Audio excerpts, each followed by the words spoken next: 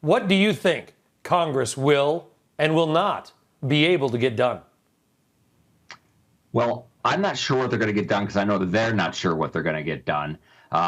Whatever gets done really should be this month, even if they have to delay that recess somewhat, which is not the Senate, which is not certainly unprecedented. You don't want to end up wasting July and then August and then come back at some point in September and still have not resolved the key issues. And one of the key issues really is that second bill. We had like the infrastructure, like bipartisan compromise. Then you have that second bill, that reconciliation bill. Some progressives want it to still be $6 trillion. Joe Manchin wants it to be a whole lot less than that. And they need to figure out that top line number and how they're going to pay for it before the infrastructure thing can happen. So some pretty big decisions and some pretty big negotiations that still have to happen. And preferably for Democrats, they should happen fast. Do you feel like some of the momentum behind some of the really, really big numbers, the $6 trillion, do you feel like some of that momentum has stalled over the last couple of weeks, that maybe the Kristen Sinemas, the Joe Manchins, some of the other moderates of the world, simply, given how fast we're recovering, just may not be able to sell it to their electorate?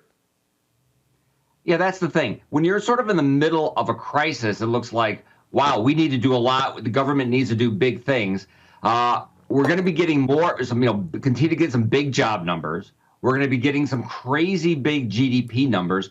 And it's not, even though this isn't supposed to be stimulus, it's supposed to be sort of long-term spending, it's not going to look like we're in a crisis.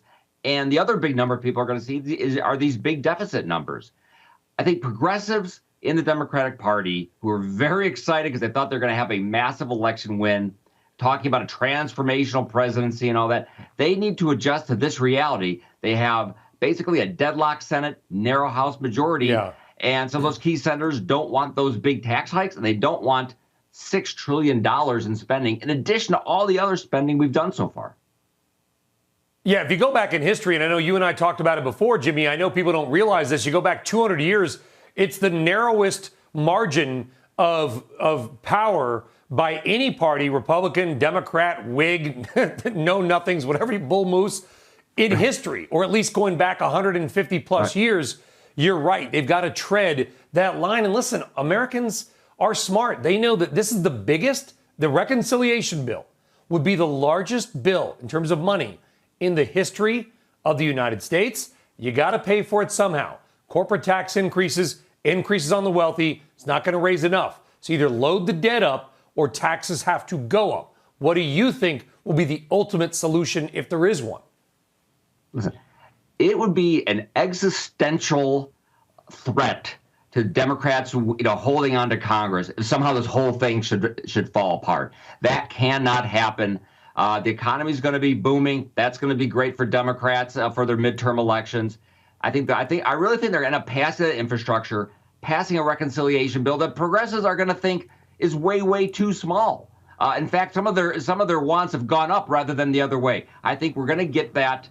Boy, don't hold me that it's going to be July rather than the fall. But they need to do it so much that it's hard to believe them not getting it done. Though I'll be honest, the odds of that aren't zero.